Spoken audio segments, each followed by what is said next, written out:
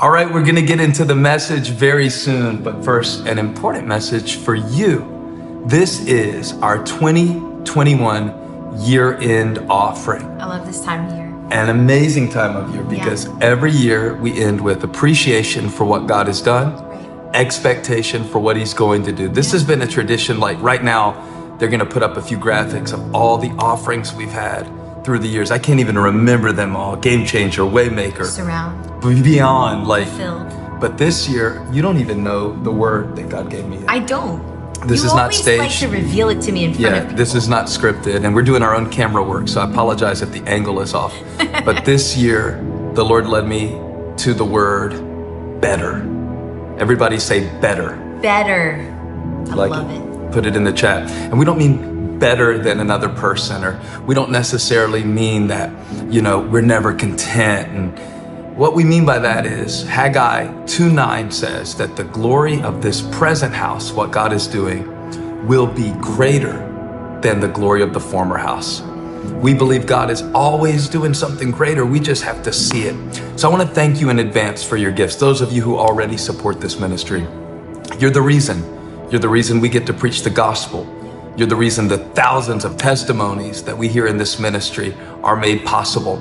And for those of you who are beginning to give, either through a one-time year-end donation to help us with our expansion, or the best way really through recurring giving, through putting God first with the tithe, or maybe an above and beyond offering to say thank you to him and believe him for better things in faith, we want to say thank you. And we're standing with you right now as we begin this season of giving called Better now through the end of the year. Yeah, thank you so much. Every time you give, it helps us to spread the gospel to the world and beyond. And we are so thankful for your partnership with us in the gospel. It's going to be an amazing holiday season, and I can't wait to hear more about Better. It's going to be better than you ask or imagine. Ephesians 3:20, we're believing God for you.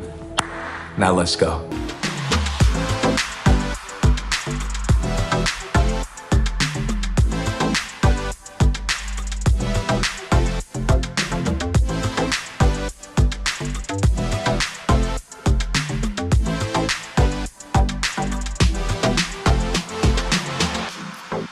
Well, thank you for being here with us at Elevation Church. I mean, what a year that it has been.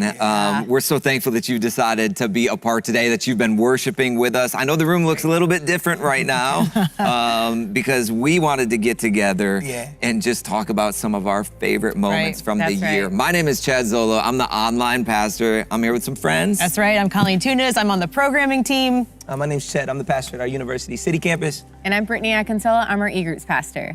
And like I said, we're just thankful that you're here and a part of Elevation Church. And as we look back and think about all that God has done this year, I think about messages, I think about events, significant moments, these events that we've had. Okay, so I think about the beginning of the year back to when Pastor preached Beta Blessings at the beginning of the year, and he talked about boat sinking blessings. My goodness, that was a good one. In your life, we talked about being built different, and sometimes we use that time-lapse testimony. That's right. And these are like, isn't it like you hear some of these, you're like, wait, was that this year? It's unreal that those were all this year. A couple of weeks ago, Pastor preaching Kept in the Dark. It's like one of my top 5 ever, ever. Or Yes You. Yes, you. Yes, you. so good. Yes, you. So okay, good. in the chat, let us know what your favorite sermon was this year, or maybe it was your favorite moment. Holly with I Don't Think I'm Ready for This, and Pastor wrapped up the year like Kept in the Dark, these phenomenal messages.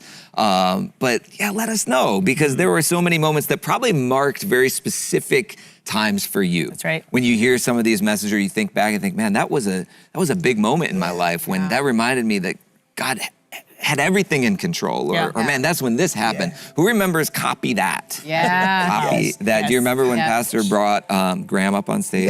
I do, because I was weeping. I was like, couldn't control it. I was like, stop crying. It was a moment. Green Light at the Red Sea, So or this one, The God Nod? I think that one might be my favorite. The God Nod? Who walked around doing that? Okay, the last message that Pastor Stephen preached this year, I think you've probably been doing this. When Pastor did this, everybody do this. Something good is coming from this. How many times did you do that in your life these past couple weeks. So many. It has been a staple in my week. Something good, God, I know it. I'm believing it. But really, it's not just the messages from our pastors that we're so thankful for this year. We really believe God did so much through you, through this church, through Elevation, in our campuses. We just know God showed up in homes, in workout rooms, in workplaces, in e-groups, Grit, in rhythm nights with our youth, and e-kids, watch parties. I mean, we could go on and on about all that we saw God do, but really just being the church together. Every single week, and seeing people join from all over the world each and every week. It's so special. And how God is moving through this place is pretty incredible. So let us know where you're joining from. We always love to see how this family isn't just limited to a building here in Charlotte, North Carolina, but it's a global family. And today we're gonna take a few moments and just share some of our favorite sermons, our favorite moments, some clips from some amazing messages from this year, because this year wasn't just a better year. You know, we're believing for better, but it wasn't better. It was better than ever. Okay, so we're gonna kick it off. This was one of my favorite sermons from this year, and it was right at the beginning of the year. This one has helped me a lot, not just at the beginning of the year, but it's helped shape a lot of my perspective throughout the year. This one is from Same Devils, New Levels. Take a look. Where in your life are you using an old strategy in a new season? Where does that need to be upgraded? You know, like when you do go through The Legend of Zelda. This is a current pop culture reference here, okay? For all the young people. When you do go through a video game, you gotta pick up all the weapons along the way. And now the shame of it is when you're fighting with an inferior weapon, because it reminds you of Goliath. You know, when you're defensive but nobody's attacking you, that's bad.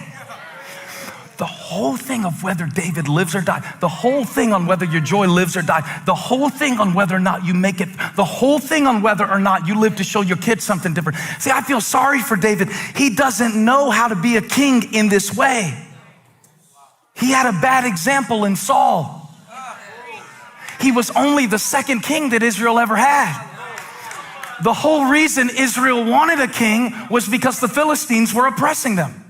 The whole reason the Philistines were oppressing them is because the Philistines were metal workers. So they had more weapons. The Israelites didn't have the weapons, so they wanted a king. But they got a bad king because they selected on the basis of height, not heart. When David came into the throne, he had the heart for it, but he didn't know how. And that's the thing about the people I pastor. I have the heart to be a good dad. I have the heart to be a good woman. I have the heart to be a good employee. I have the heart to make it. I have the heart to break these chains. I want to get free, but I never saw how. So now I'm out here fighting 40-year-old giants with 15-year-old tactics. And you can't fight grown-up battles with teenage tactics. You've got to grow into this season. You've got to grow into this challenge. You've got to grow into this assignment. You've got to grow into the anointing that you've had all along. It's not automatic. It's not automatic. And whenever I face something that scares me, you know what I do? They say, same, what is it? New levels, new devils? No, when I hit a new devil, I sink back to the same level. I go back to the sewer, you know? I go back to the dumpster. Back when I was emotionally homeless and had nothing to eat, I go back inside myself and keep counsel with the most unreliable person that I know, me unchecked. How does it go? See all these crazy things preachers say. New levels, new devils. So I wanted to show you on one hand how this is not Goliath. It just reminds you of him. And that you have grown. But really what I want to show you is what God did for David when he was cornered. And I believe he's going to do it for you. I know what we want to happen. That is not going to be what happens. We want, when David's got a sword to his throat, remember, this guy, I like how his name starts with Ish, because we're all dealing with some Ish, aren't we? That's the part of his name I can't say. Somebody put in the chat, new-ish, same God. All right, stop. Stop it. He had a sword, 300 shekels. Can you believe that? That's 7 pounds. Can you believe that? Goliath was 15 pounds, 600 shekels.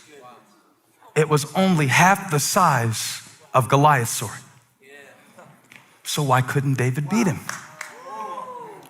I should be able to do this. I should be able to move it. I always did it this way before, and I got up and, my get up and go, got up and went while we're doing cliches.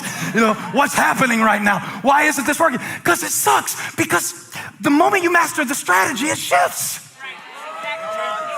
So like when my oldest became a teenager, I'm so proud of him, but I didn't know how to raise a teenager. And everybody started telling me, just give him his space. I said, space? So let me get this right. This human being that gave me no space or sleep for the first 2 years of his life, now I'm supposed to just back off? That's hard to do. Why are y'all looking at me crazy? You can't parent a 15-year-old the way you parent a 2-year-old. I see people try to do it. And then I see the kid explode when they get out from under that supervision because you did not shift the strategy to match the season.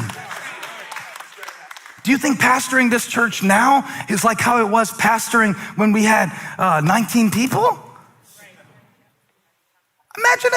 Imagine if we tried to have the cookout on my grill after this sermon like we did back then. There's not enough propane in North Carolina.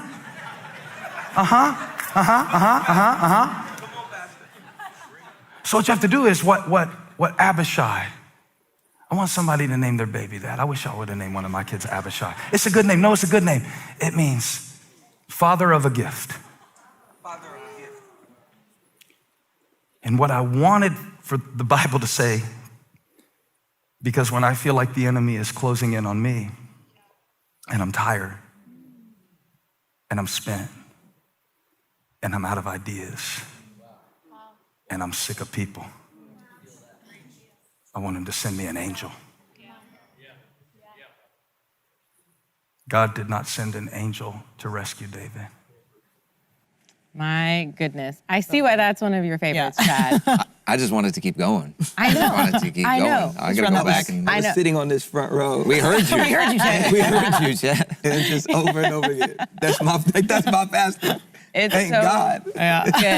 And that's how we started out the year. We started out the year so strong. And I know the sermons have been speaking to us all year. And there's one other thing that I have to say started out real strong, y'all, and that is worship. Woo, Yes. Remember this album that we recorded this year called Old Church Basement? Yes. Yes. So good. Just a few weeks ago, it's been nominated for a couple of Grammys. I'm not we have surprised. Album of the Year. That's right. And then we also have 2 songs, Dyra Yes. and Wait on You, that are also Yes. nominated for Grammys. Of course. I don't know if y'all remember when we got to hear Wait on You, when he let us Oh, hear like the before, right? preview? Yeah. I was like right here. Yeah, I was Weeping. right there. Weeping. Yep. First time we heard that song. Yeah, So we got a powerful. little exclusive look as a staff. And if you are not familiar with it, or maybe you just want to relive it for a moment, take a look at this.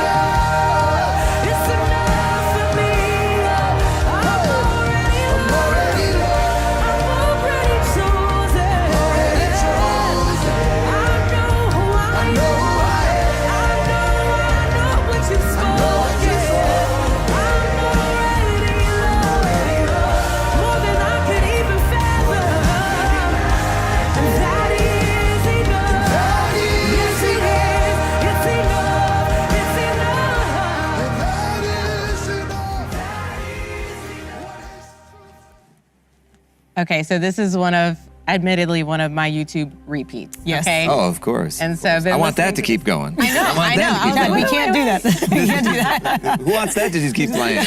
And speaking of YouTube, can we talk about how YouTube has been ministering It's through been the year amazing. of 2021? Yeah. Playing back all the sermons, and we've even seen 2 new YouTube channels launch. That's right. So we had Elevation Plus, Yep. Plus launch this year, and right. that's where you can watch back some of the stories that we're able to share in church. We actually go live every Wednesday, and we're able to dive deeper and talk about the sermons. But then we also launched Holly's Yes. YouTube channel this year. That's right. And it's been super fun. It's honestly a really fun channel. It really is. Recipes, there's clips of sermons, all types of things. It's also inspirational. She's got devotionals Yep. on there. It's got everything you could possibly want.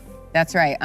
But the woman of God, Holly Furtick, has been bringing words this year that have been That's right. ministering That's right. to my soul. Can That's we right. talk about that for a second? Let's Holly's Okay. been different. She's been different. Yes. She's been on another level. That's right. And she preached one of my favorite sermons called Running on Empty this year. That's right. And Colleen, you probably remember these. We got these after she preached it. Yes, it was awesome. And it's literally just like a graphic that she made to help us Yes. remember. And it says, cry out, reach out, and pour out. These were Right. the points that she preached about. And a little bonus point called live on what is left. And so Great. take a look at this clip. And you know, sometimes we go through seasons where the emptiness, though, it's more than just the feeling that we don't have purpose. Sometimes it's the feeling that you don't have enough to make it. And I know that some of you, under the sound of my voice, you're like my friend, and you're going through the hardest thing you've ever been through. You're fighting for your life. And the word of the Lord for you today is just keep pouring. You have to keep pouring, because the miracle only happens when you move. Because it's while you pour, I'm out of jars. It's while you pour that you experience God's strength and His grace and the joy that only comes while you pour. Because now you're pouring with a purpose. She was pouring for those boys, but she was never pouring from a full jar. She was pouring from a jar that only had a little bit of oil. And if you wait, thanks guys, if you wait until you feel full to pour, you will never experience the power of God in your life. And you'll never experience the miracle of feeling like God is just pouring through you. Sometimes when you pour, it does feel like a sacrifice. A sacrifice that no one will ever see. You know what Jesus said? In Luke 6:38, He said, give, and it will be given unto you. A good measure. Press it down. Shaken together. Get that jar full, because it will be running over into your lap. Jesus said, you just keep giving, and I will pour into you. Our instinct says, hold on tightly to everything you have, but Jesus says, just keep giving. Be generous with your love. Be generous with your time. Be generous with your encouragement. When you feel empty, just keep pouring.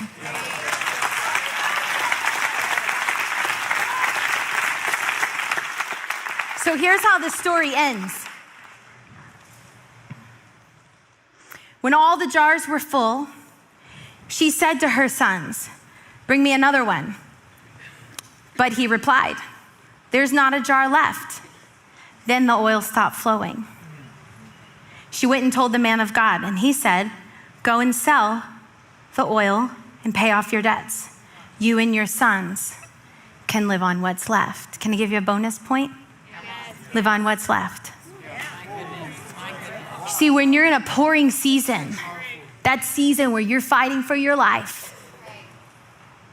and you just keep your head down and you keep pouring. You pour when you're tired. You pour when you feel like no one notices. You pour when everyone else's kids are acting right but yours. You pour when your friend gets pregnant by accident, but you still can't get pregnant on purpose. You pour when someone else gets the promotion. You pour when you need a healing in your own body. And the next thing you know, you made it through another day. You don't know how, but you did. And one day, you turn around and you've got a pantry full of oil to live on.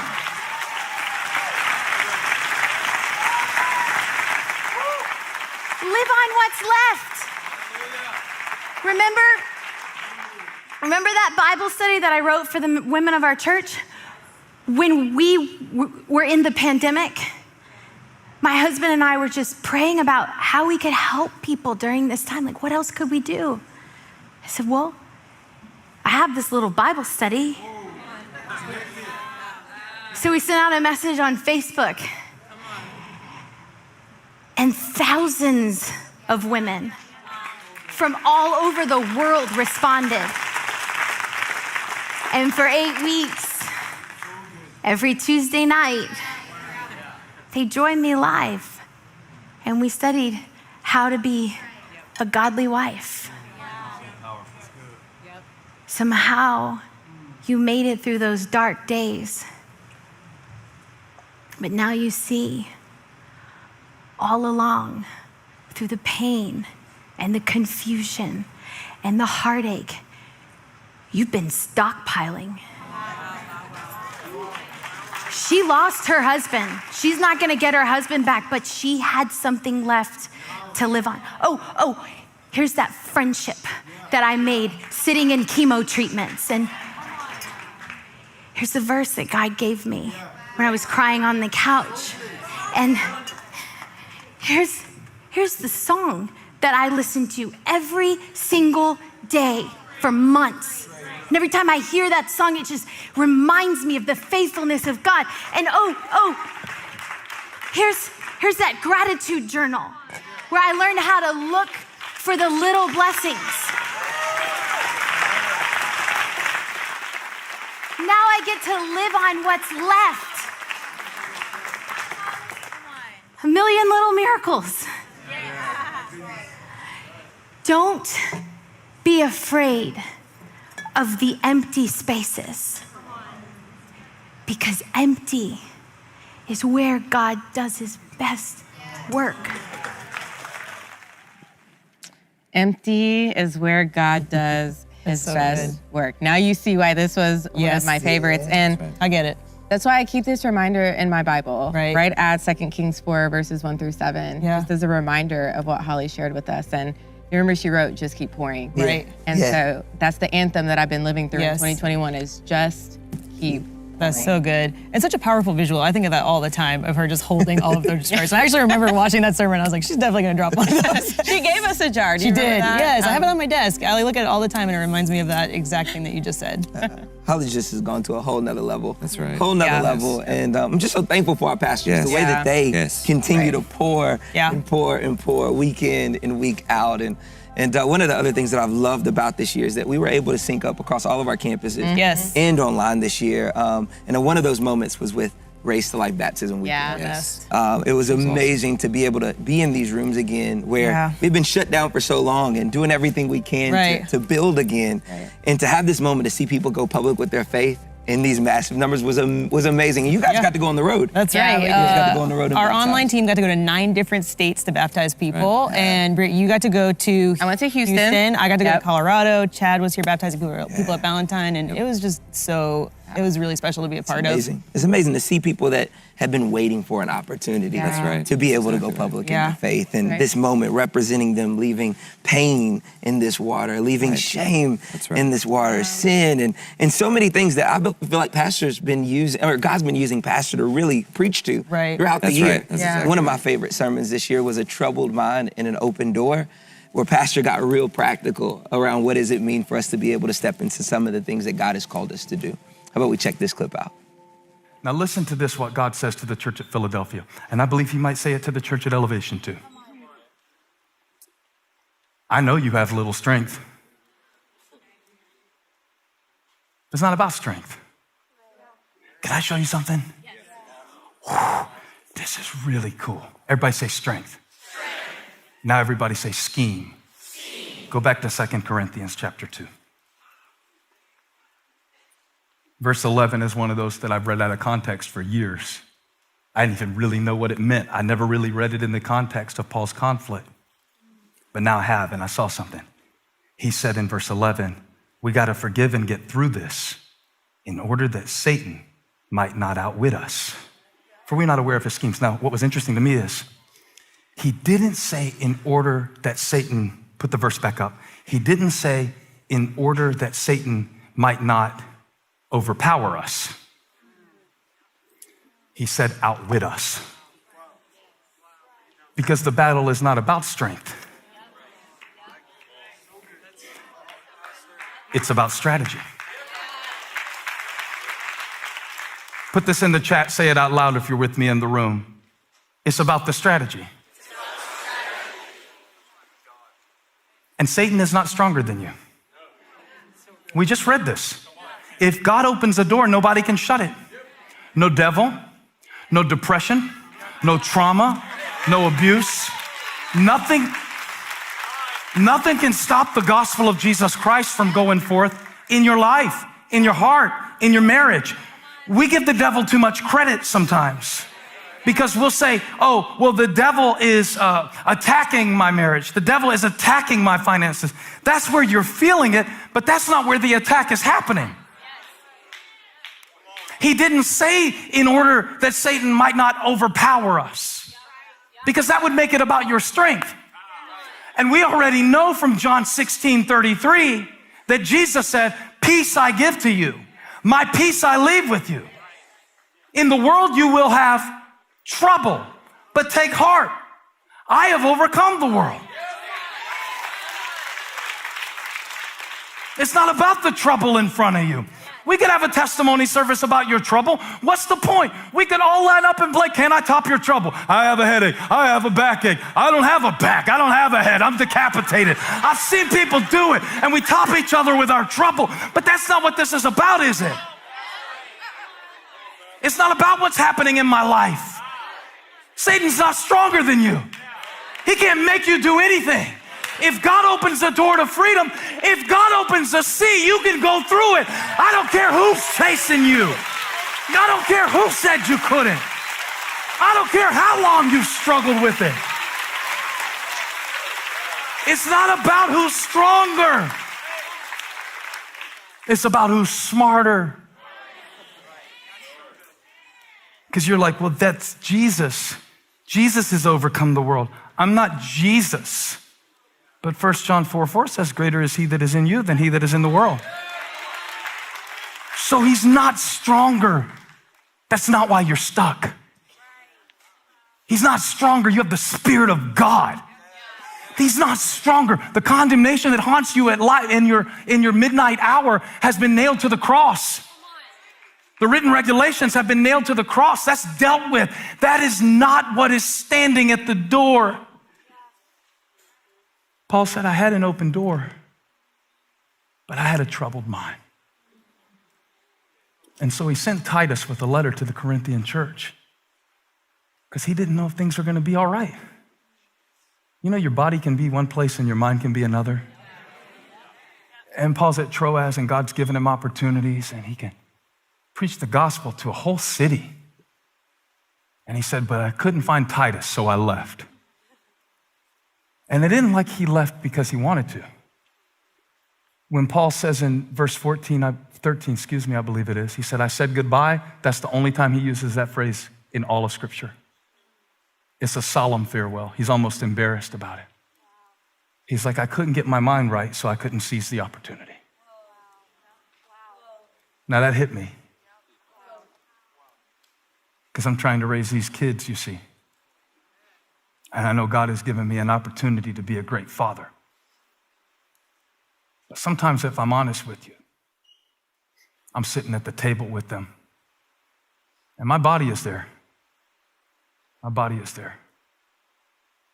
But my mind is on other stuff. And some of it is real. And some of it is completely fabricated.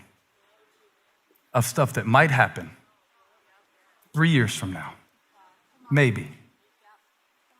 And so my mind will drift to the possibly and slip away from the present. Now, when I saw Paul, I saw us. He said, I was in Troas, and so was the open door that God gave me. And great things could have happened in Troas. But I had to say goodbye, not because of the trouble in Troas, but because my mind was troubled. The enemy wants to mess with your mind so much that you can't even go through the doors that God opens for you. That you can't even enjoy the moments that God gives you. He wants to mess with your mind and scramble your perspective to the point where you can't even focus long enough to sit down and pray about something. He wants to get you so focused on something, and I put down 4 things that spell the word door with each first letter. One was the disappointments in your life. One was the outcomes that you can't control. That's the O. Disappointments, outcomes. One we mentioned, the offenses that you can't get over.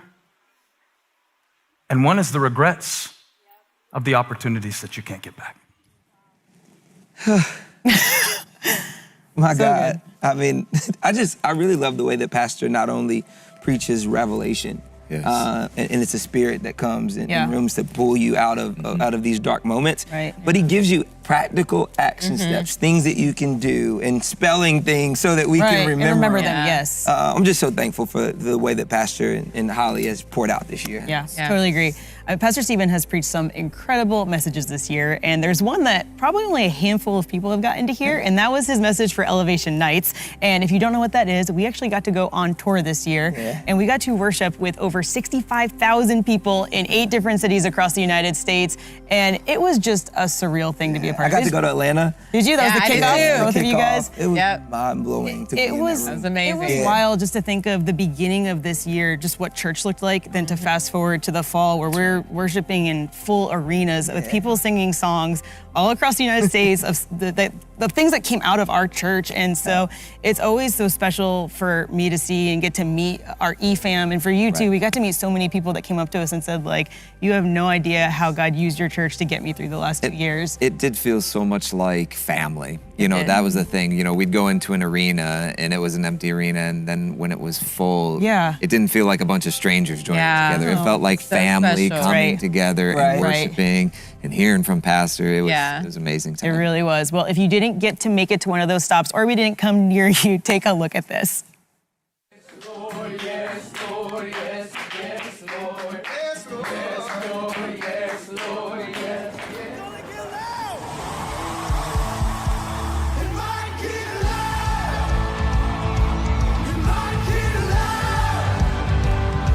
While you wait on God, you're getting stronger. He is a God of yes and amen, and he has come through for me in the past, and he's not gonna leave me now.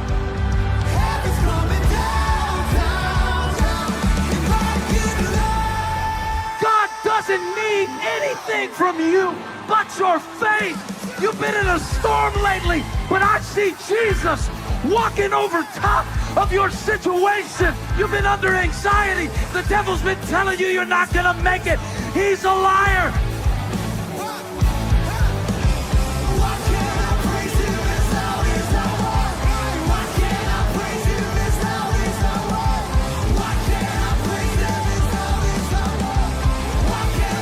And upon this rock, Jesus said, I will build my church.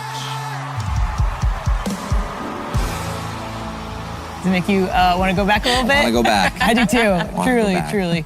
So what's crazy about this is that we were on the road our teams were gone for 10 days. So Pastor Stephen preached 8 times in 10 days. And then we got back, did we get back on Saturday, Friday, Saturday, whatever it was, the weekend was right around the corner. And Pastor Stephen just jumped in with one of my favorite sermons from the year. And I'm like, I don't know how he does it, but he did it. And it was called Stop Crying, It's Coming. It's unbelievable. Take a look at this clip. It says, after Jesus cried, which is important. You know, trauma is real. 70 years in Babylon, will make you cry. It'll make you forget to sing. When you find out what your kid's been doing behind your back, it'll make you cry. When you and your husband don't even look at each other except when you're around people so you can fake it real good, it'll make you cry alone. And God doesn't correct the sisters, but I'm glad he didn't stop there, and you can't either. Okay. Because in verse 38, John 11:38, it says, not Jesus cried, but Jesus, once more deeply moved, came. So he cried, and then he came. Stop crying. It's coming. I don't want the old temple to keep me from seeing Jesus. Seriously. You know how it said in the verse in Haggai that from the day I brought you out of Egypt till now? Did you catch that? Really small thing in verse 5. I didn't make a big deal out of it, but it is a big deal. Because they thought that Pharaoh had to let them go for them to leave Egypt. That wasn't their biggest problem.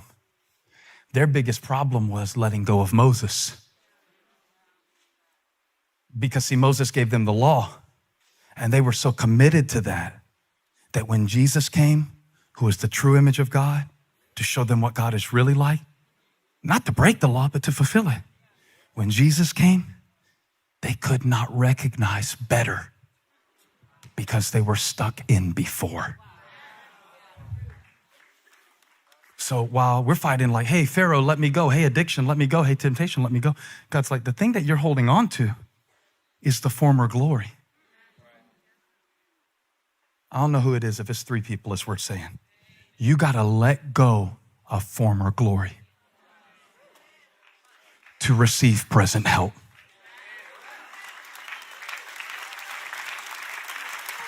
Now that means a lot of things. It means that the same Jesus who cried at the gate came to the tomb. It didn't stop him from doing what he came to do. Because he didn't come just to cry or give them a Hallmark card. He didn't just bake them a roast so they could eat it 3 days later. He came to show them who he was. He came to reinvent their concept of God and to switch their template of truth. That not only am I a healer, I am resurrection. He came to prefigure what he would do. He came. So he cried. Everybody say he cried. Come on, don't tap out on me. This is the best part of the sermon. I know y'all aren't going to listen to a sermon about the glory of the latter house and skip the end of the sermon. This is the part I wanted to preach us to, because he cried, and you've been crying, and you have a Christ who cries, so that's fine. He will cry with you. But then you have a Christ who, after he stopped crying, he came to the tomb. So he's coming to the tomb. He's coming to the part that's buried. He's coming to the part that's broken. He's coming to the part that's dead. He's coming to the part that stinks. He's coming to the part that's rotten. He's coming to the part that's given up on. He cried, he came, but that's not the good part. The good part is verse 43. Put verse 43 on the screen quickly. And when Jesus has said this, he called. So he cried. He came. And then he called in a loud voice. And I hear that voice calling today through the halls of history, from the pages of Haggai to this very moment in the house of God. Lazarus, come forth! Come forth! He's speaking to your joy. He's speaking to your peace. He's speaking to your strategy. He's speaking to your spirit. Come forth. So you cried a while. It's all right. I am convinced that the sufferings of this present time are not worth comparing to the glory that will be revealed. So, did you catch that whole sermon? He cried. He came. He called. You got to call some things out today. Yeah. Yeah, it's not going to come just automatically. You can cry over it as long as you want. But I believe that something deeper is calling from the inside.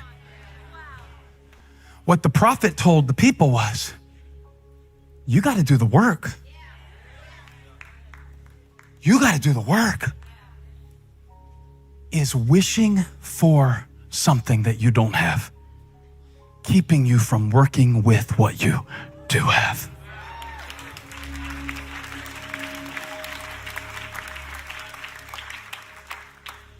I don't know, maybe it's just me, but I needed this word.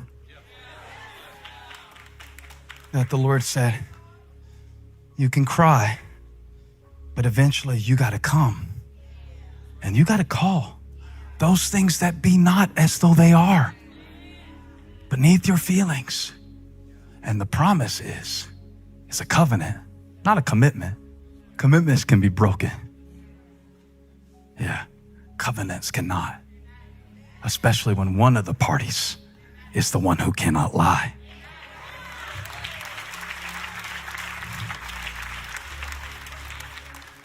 So it's a lot of pain.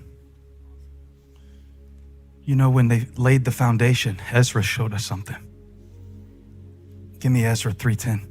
When they got that temple started, and I think I'm gonna pick this up next week for real, y'all, because y'all got 1 point. It's your fault. You were shouting and receiving and glorifying God. I didn't come to get through my points. I came to give you this word. Stop crying. It's coming. It's coming. This message was so challenging yet encouraging at the same time, and I think that's just one of the things I appreciate the most about his preaching. Yeah. You get both, and it was so helpful.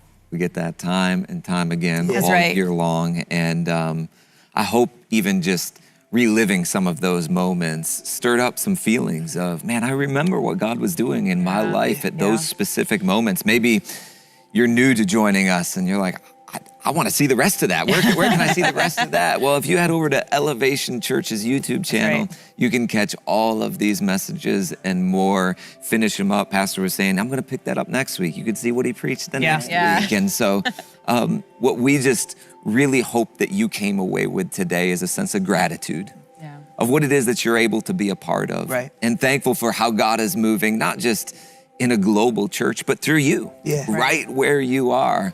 And that's what we love seeing. You know, we didn't have time to hit some other amazing moments this year. Let's hit a couple. Love Week. Youth X. Youth X. How many hours was the live stream? Too many. So many hours. Or was a the long thousands time. of people that were impacted by e-groups. E-groups. I mean, we could sit here all day and relive some of the amazing moments that we saw God do incredible things in our lives, and we're trusting that it happened right where you are. And I'll just state it again, what I love about our church is that it's not just some people here in Charlotte, but it's people in University City, it's people in Florida, it's people in GTA, it's people on the other side of the world who are mobilized to be the church right where they are. And so thank you for what you do.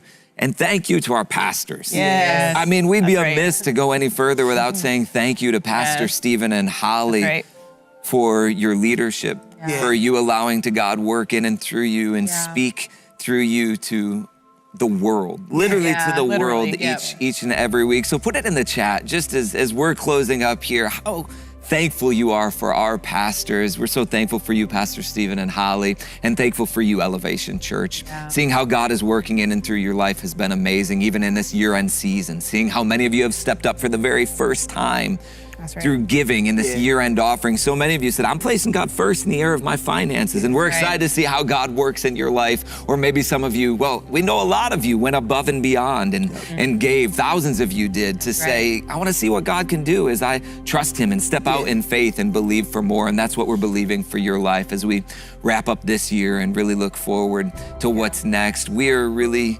excited that we get to be a part of something this year that was better than ever. That's right. I don't know what you thought you were coming into this year with. Maybe you were carrying some heavy things, but we're just believing that it was better than ever, but we don't have to stop here. We're believing that next year is even better. Next year is going to be the best year. So thank you for being a part of the church. Thank you for letting God move in and through you from right where you are. Our prayers of blessing are on you today. Thank you, church, for being a part. In this year-end season, if you'd like to begin partnering with us financially, head over to elevationchurch.org. There you'll find all of the options and opportunities available for you to give. If you haven't begun tithing or placing God first in the area of your finances, we'd encourage you to start there. If you already do that and do that consistently, we'd encourage you to ask God how you can go above and beyond in this season and give toward the year-end offering. We always love to see how God works in and through you right where you are. So if you're a part of one of our local campuses, make sure you select that campus as part of your offering. If you're a part of our online community or our eFam, make sure you just select online. We always love seeing how God works in and through you as you continue to open up your life, open up your hands, and offer God all that you are. We're excited for you, blessed that you're a part of what God is doing right here, and can't wait to see how He moves in and through your life as you continue to place Him first.